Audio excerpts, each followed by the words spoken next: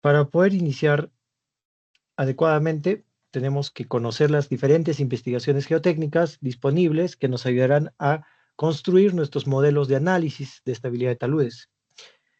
Hemos estructurado el contenido de esta sección del módulo de la siguiente manera. Primero, una parte referida a la excavación de calicatas y perforaciones geotécnicas. Segundo, a los ensayos de campo referidos a resistencia, como son el SPT, CPT, corte directo in situ.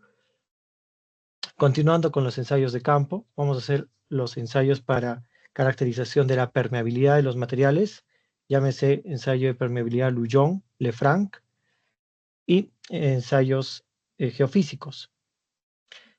Vamos a finalizar con los ensayos de laboratorio más comunes, con fines de caracterización para análisis de estabilidad de taludes y generalidades sobre un buen estudio geológico geotécnico. Muy bien, iniciamos esta primera parte de investigaciones geotécnicas, donde podemos diferenciar entre las conocidas calicatas, que en nuestra región tienen diferentes nombres, llevan el nombre de pozos, calicatas, también llevan el nombre de aljibes, sobre todo con fines de evaluación hidrogeológica, que consisten en excavaciones a cielo abierto, ¿sí? En donde es posible tomar muestras, son muestras alteradas, pero lo más importante, nos permite observar el perfil del terreno. De acuerdo a las recomendaciones de diferentes guías internacionales, hay un criterio de que no debería utilizarse cuando el porcentaje de finos, quiere decir limos y arcillas, es menor al 5%, ya que perderían estabilidad las paredes por temas de seguridad. En cuanto a las calicatas, pozos, y también entra en esta categoría las trincheras, ¿sí? Normalmente las profundidades no superan los 6 metros, 7 metros, pero permite la recuperación de muestras, la realización de algunos ensayos in situ, el logueo geotécnico, ¿sí? La observación directa del terreno. Muy bien. Vamos a pasar a las perforaciones geotécnicas. Podemos tener perforaciones en suelo y roca. Estas perforaciones diamantina, también conocidas con ese nombre, permiten hacer un registro de testigos. Aquí tenemos un trabajo de campo donde podemos ver que se está recuperando la muestra. Este es el equipo de perforación. Tenemos como primera diferencia que las perforaciones en suelo requieren eh, otras técnicas de perforación. Podemos mencionar la rotación, percusión, incluso podemos hablar de posteadoras manuales. La perforación en suelo normalmente es más lenta que la perforación en roca.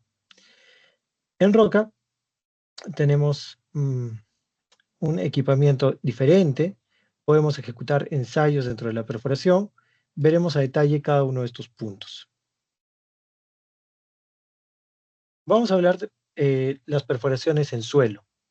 En este caso, podemos acompañar el trabajo de perforación. En este caso, vemos el ensayo de SPT, donde se hace un avance de la perforación por la técnica denominada lavado con agua o washboarding, en donde podemos apreciar que no es necesario el uso de un equipo de perforación diamantina, sin embargo, tendrá limitaciones, por ejemplo, la alteración de la muestra. Aquí tenemos, bueno, esto lo veremos más adelante, las diferentes técnicas de exploración geotécnica. Quiero que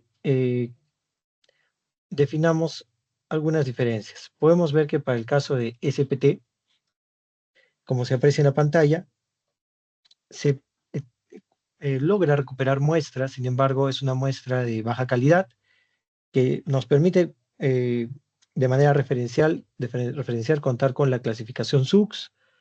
También vamos a poder realizar ensayos de percusión. Aquí podemos apreciar nuevamente en la figura cómo por medio del impacto de un martillo sobre un yunque es posible el ingreso de esta tubería hueca en el terreno, de manera que si contamos el número de golpes o de impactos del martillo sobre el yunque necesarios para ingresar un tramo de un pie, aproximadamente 30 centímetros, podemos conocer el terreno y mediante correlaciones estimar su compacidad, estimar su grado de densificación. Este es el denominado ensayo SPT. ¿Tiene limitaciones? Por supuesto que sí, que solo se puede realizar en cierto tipo de suelos, no se podría realizar, por ejemplo, en gravas, ya que la apertura de la boca es de 51 milímetros, el tamaño máximo de partícula a ingresar sería aproximadamente de 10 milímetros. Tiene limitaciones en cuanto a su utilización en arcillas blandas y limos.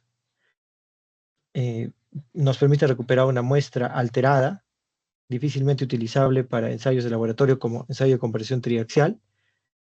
Existen otras técnicas de muestreo, como puede ser el tubo Shelby, que sí permite recuperar muestras de mejor calidad. Sin embargo, este ensayo también tiene ventajas, como puede ser su bajo costo respecto, por ejemplo, a la perforación de mantina. Está disponible en todo el mundo, es un ensayo estándar, está normado por la denominación ASTM D1586 y sus correlaciones son limitadas. Sin embargo, es mucho mejor que un ensayo denominado DPL.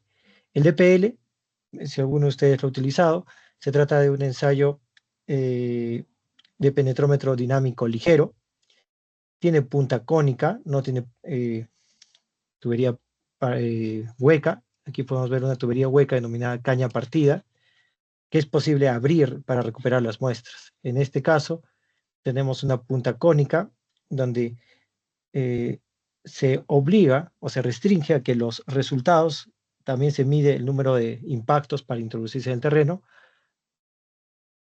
Este número de impactos debe ser correlacionado obligatoriamente con un SPT cercano. Quiere decir que no deberíamos utilizar los resultados de un ensayo DPL si no contamos de la mano con un ensayo SPT. Muy parecido ya a la evolución de este ensayo DPL, muy utilizado en el ámbito minero, es el denominado ensayo CPT. Es un ensayo de características similares, también es un ensayo de penetración, como el caso del SPT, con la diferencia que, primero, no se permite la recuperación de muestras. En este caso era un ensayo por percusión, en este caso es un ensayo de penetración a velocidad constante. Vamos a ver, requiere la utilización de una maquinaria especial para controlar la velocidad de penetración. Tiene múltiples ventajas, con correlaciones demostradas, sobre todo para brezas de relave, materiales finos. Permite la implementación de sensores, como podemos ver, de medición de presión de poros, de medición de velocidades de onda, para realización de ensayos geofísicos.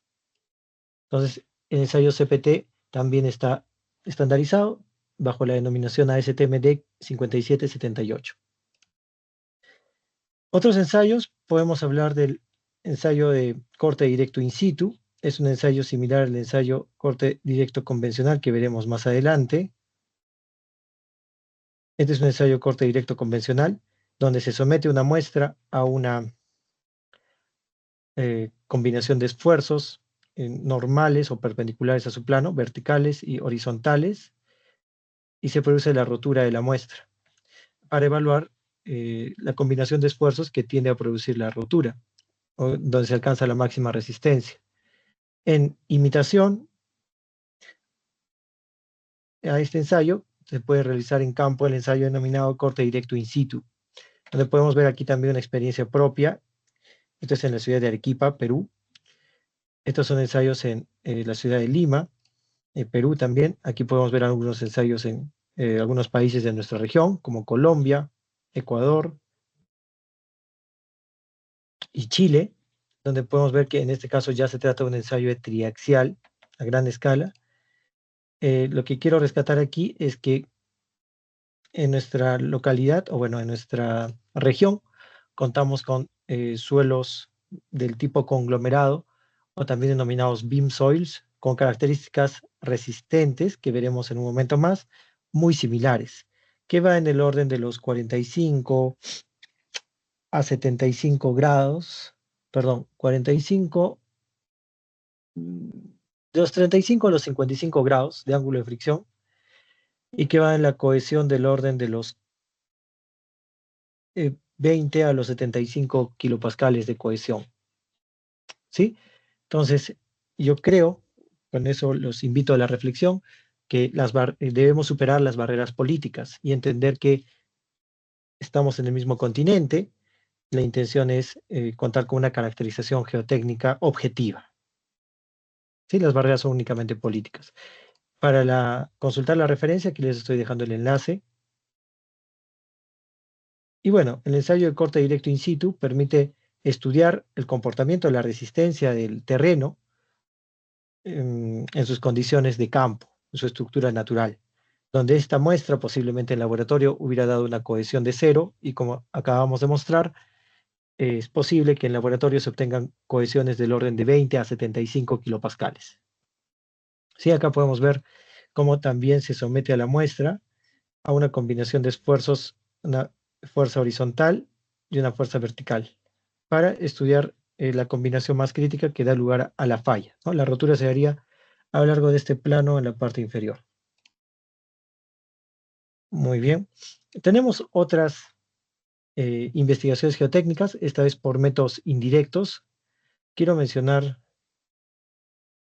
por ejemplo, antes de pasar a los ensayos geofísicos, los ensayos de permeabilidad. Aquí estoy, este es un proyecto en Perú también, denominado Presa Yanapugio, en donde se está haciendo el control o la supervisión de la realización de los ensayos de caracterización de la permeabilidad del estrato. Entonces, lo que podemos ver aquí es que en el equipo de perforación diamantina, en el equipo de perforación diamantina se ha establecido un flujo constante, y lo vamos a describir brevemente, mediante la prueba de permeabilidad Lefranc, que consiste en medir el caudal necesario que debe ingresar para mantener constante un nivel de agua en el interior de un sondeo.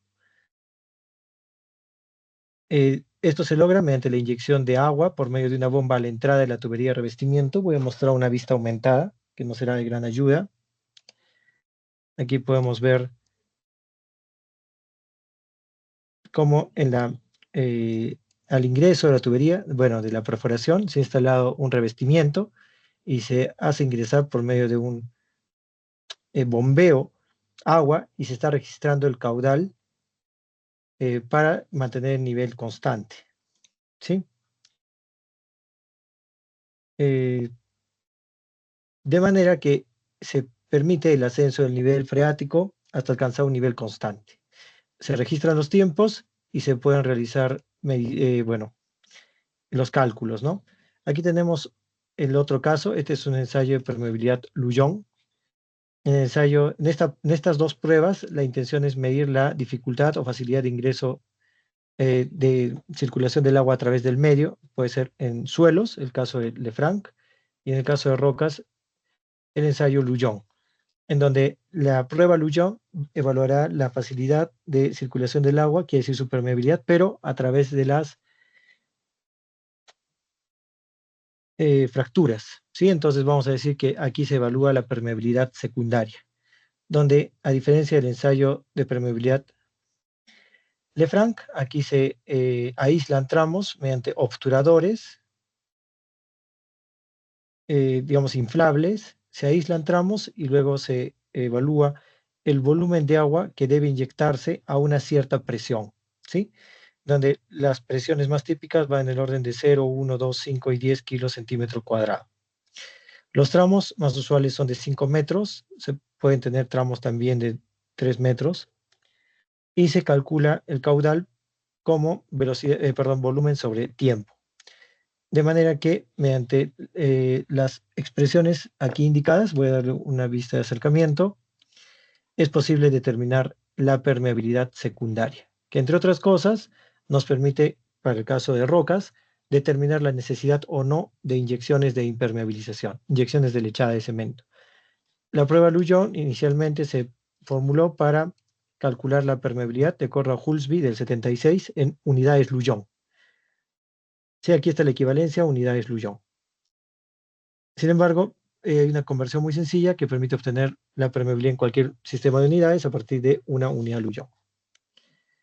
Como habíamos indicado, es posible realizar otros ensayos en campo, como son el ensayo de refracción sísmica, que es un ensayo que mide velocidades de onda P, por eso siempre van a ver aquí P, que nos da una idea de la rigidez del terreno. ¿Sí? Entonces, por cada estrato, aquí vemos que se están coloreando estratos, esto es un perfil bidimensional, podemos agrupar al suelo en sectores con rigidez, eh, vamos a decir, similar. A diferencia del ensayo de más W, o ensayo de medición de ondas de superficie en arreglo multicanal, en el que si bien es cierto también se mide la rigidez del terreno, lo vamos a hacer por medio de la velocidad de onda S. Aquí lo que vamos a obtener ya no es un perfil bidimensional, sino vamos a obtener un perfil unidimensional de velocidades de onda de corte, onda S, donde, por ejemplo, podríamos ver las características de amplificación dinámica, ¿sí? Y normalmente se utilizan las normativas para clasificar el suelo y encontrar la roca sísmica. Normalmente se habla de una roca sísmica cuando la velocidad de onda S alcanza los 760 metros por segundo. Ya esto tendrá gran utilidad a la hora de caracterizar nuestros suelos con fines de análisis de estabilidad de taludes, ya que en algunos casos no es posible hacer muchos muestreos. Podríamos limitar nuestros muestreos a uno por estrato sísmico, ¿sí? Podríamos tener un estrato roca fracturada, en otro estrato podríamos tener suelo de depósito, y en otro estrato podríamos tener una roca sísmica, le podemos llamar, o quizá una roca muy, muy rígida. Muy bien.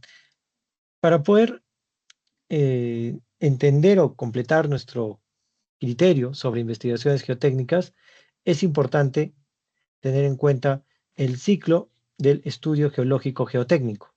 En este estudio geológico geotécnico hay o podemos separarlo en tres etapas. La etapa de campo, donde propiamente dicho se hace la toma de muestras. Sin embargo, existe una etapa precampo, le podemos llamar una etapa de gabinete, y una etapa postcampo. En esta etapa precampo, por ejemplo, se elaboran los mapas de geología regional, ¿sí? Algunos mapas temáticos preliminares, se puede iniciar la recopilación bibliográfica y se hace la planificación para la etapa de campo.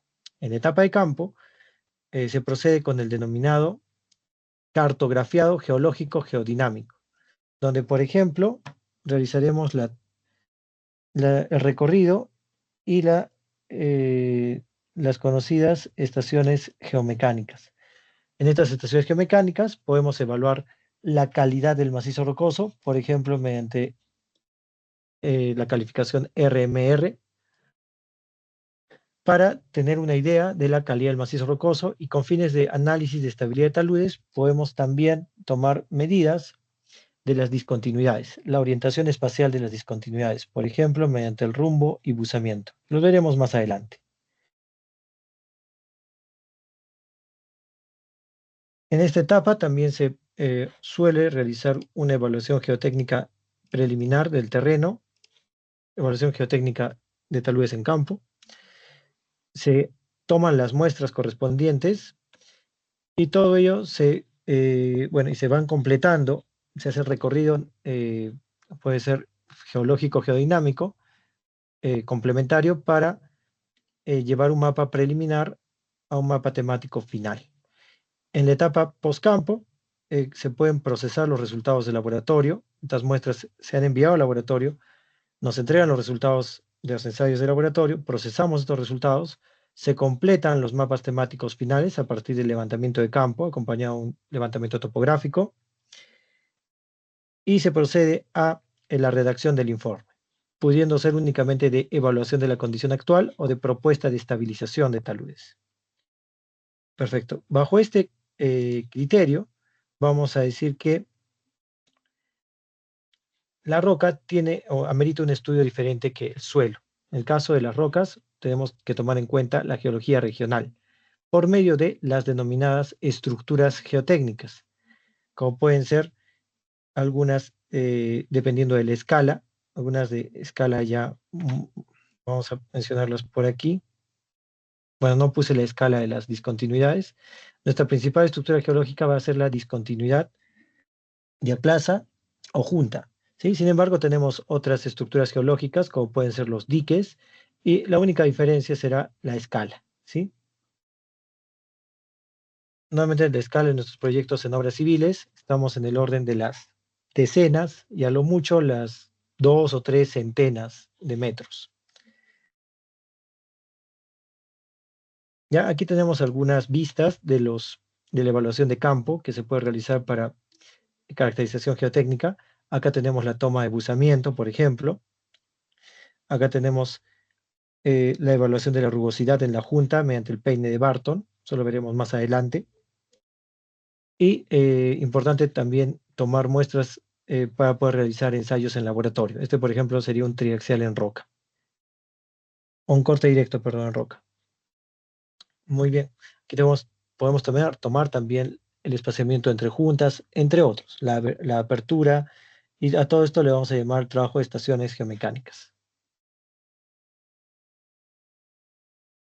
Ya quiero enfatizar un poco en el contenido de este estudio geológico geotécnico, así también diferentes normativas, guías de diseño internacionales recomiendan un cierto contenido, una parte denominada memoria descriptiva, luego una parte referida a los perfiles de suelo o el perfil estratigráfico, enumerar las técnicas de exploración que se van a realizar, exploración de campo y exploración de, bueno, ensayos de laboratorio, mente ensayos de laboratorio. En esta parte de memoria descriptiva, por ejemplo, se podría realizar un análisis de estabilidad de taludes o el análisis de eh, capacidad de carga. Se deberá, por ejemplo, mencionar la información entregada por el cliente, la descripción de los estratos que constituyen el perfil investigado, presencia o no de nivel freático, caracterización, bueno, parámetros de diseño sismoresistente, su aceleración de diseño, de acuerdo a un estudio de peligro sísmico probabilístico, si fueran no necesarias obras de sostenimiento y bueno, alguna evaluación adicional como por ejemplo problemas de suelos colapsables, suelos expansivos, sales agresivas al concreto, problemas de licuación de suelos, solo reportarlos en esta etapa de memoria descriptiva. En la etapa de perfiles de suelos, por ejemplo, en Perú tenemos la NTP 339150 que ha sido tomada de la ASTM, en este momento no tengo el código exacto, que permite hacer una descripción visual manual muy exhaustiva. Es el logueo geotécnico de campo, donde se hace la descripción del perfil del terreno en una columna y luego se compatibiliza para obtener un perfil estratigráfico a lo largo de diferentes secciones que podamos definir. Muy importante para el diseñador, ¿sí? Para el diseño geotécnico. Bueno, ya hemos mencionado las técnicas de exploración de campo. Vamos a ahora mencionar algunos ensayos de laboratorio, como pueden ser el análisis granulométrico, ensayo o los ensayos de límites de plasticidad, clasificación SUX y ensayo de corte directo. También podríamos mencionar el ensayo de compresión triaxial. En Perú, por ejemplo, estamos limitados a realizar el ensayo de corte directo únicamente en rellenos de ingeniería, rellenos controlados, y está restringido, no se debe realizar en suelos naturales. Muy bien, en cuanto a los ensayos de laboratorio, ya hemos mencionado los más importantes. Aquí voy a detallar un poco los ensayos de resistencia, como puede ser el ensayo denominado corte directo, ya lo habíamos expuesto, vamos a detallar más adelante, y el ensayo de compresión triaxial. En este ensayo de compresión triaxial buscamos la aplicación de unas combinaciones de esfuerzo y sobre todo la posibilidad de, si acá vemos una vista desde arriba, tendríamos la sección transversal del espécimen y la aplicación de unos esfuerzos circunferenciales, unos esfuerzos concéntricos que vendrían ejercidos por el fluido que llena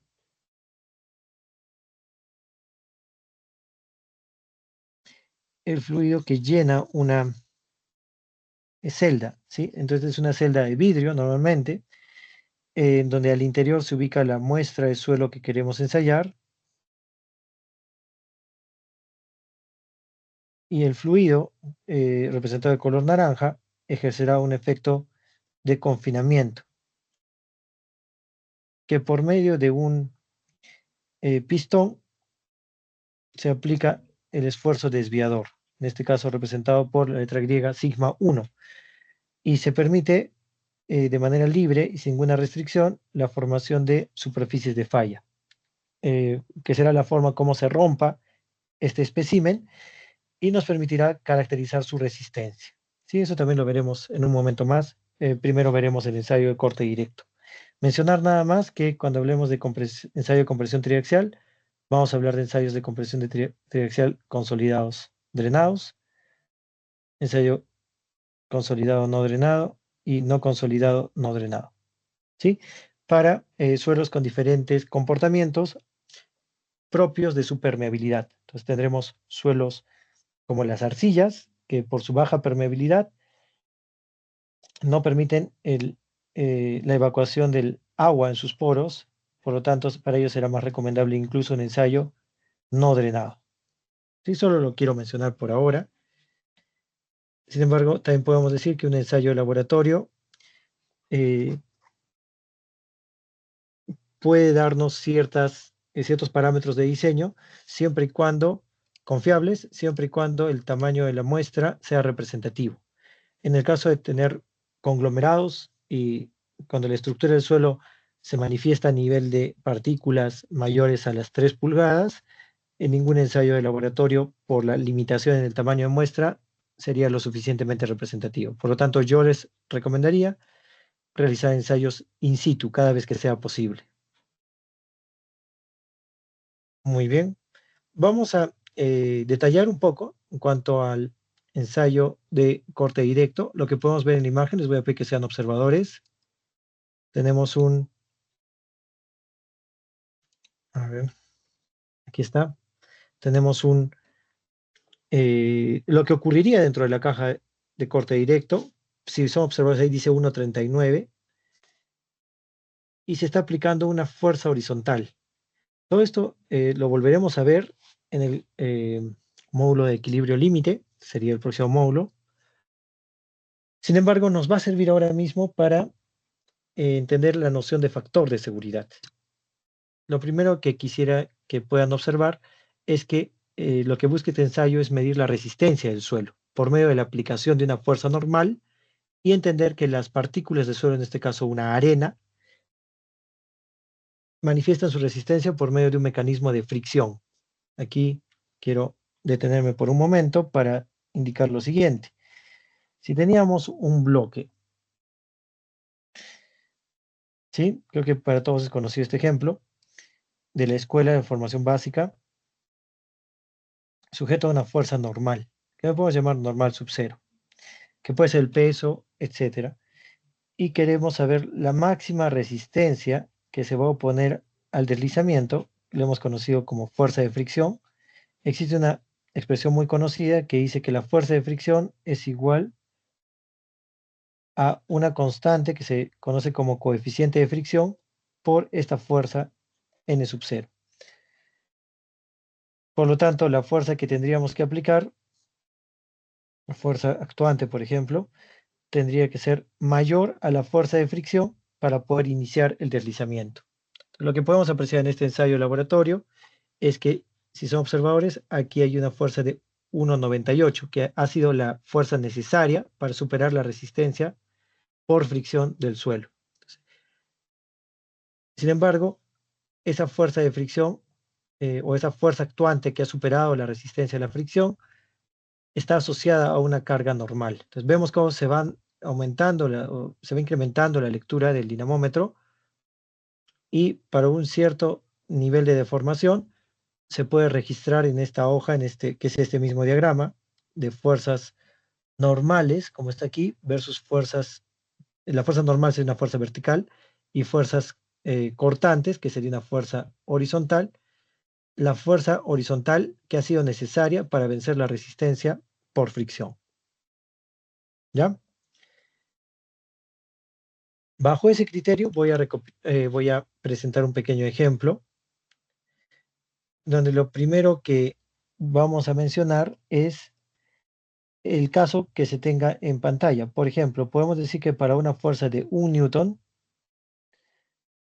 es necesario una fuerza de 1.39, como está la lectura, newtons para superar la resistencia de la fricción.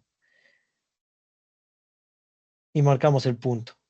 Podemos mencionar un segundo caso donde, por ejemplo, para una fuerza de 2 newton, que debería representar esa pesa, es necesaria una fuerza de 1.98 newtons. Sí, como pueden ver, cuando tengamos mayor carga normal, mayor carga normal, también será necesaria una mayor fuerza horizontal, a este le podemos llamar FH máximo, para superar la resistencia. Al conjunto de estos puntos les podemos llamar envolvente de falla, y no es una falla cualquiera, sino esta será una falla tipo Moore-Coulomb. Estos dos ingenieros, Otto Moore y no recuerdo el nombre de ingeniero Coulomb, proponen que que existe una relación lineal entre los esfuerzos resistentes tangenciales y los esfuerzos normales actuantes. Entonces acá tenemos el esfuerzo normal actuante y el esfuerzo resistente. A esta proporcionalidad se la puede explicar por medio de una relación lineal que es y igual a ax más b, donde ahora y sería el eje y, que sería el esfuerzo resistente máximo, x sería el esfuerzo, el eje x, que sería el esfuerzo normal, a vendría a ser, de acuerdo a esta formulación de Moore-Coulomb, la tangente de phi, donde se puede comprobar que el ángulo que forma la horizontal con la pendiente de esta recta es un ángulo phi, y el valor del intercepto b vendría a conocerse como cohesión. De aquí que este es el criterio de falla de Moore-Coulomb, muy útil, se presenta mucho en el caso de suelos. Vamos a ver otro criterio de falla, que es el criterio de falla de Cook and Brown, que tiene su propia formulación y es más apropiada para rocas, ¿sí?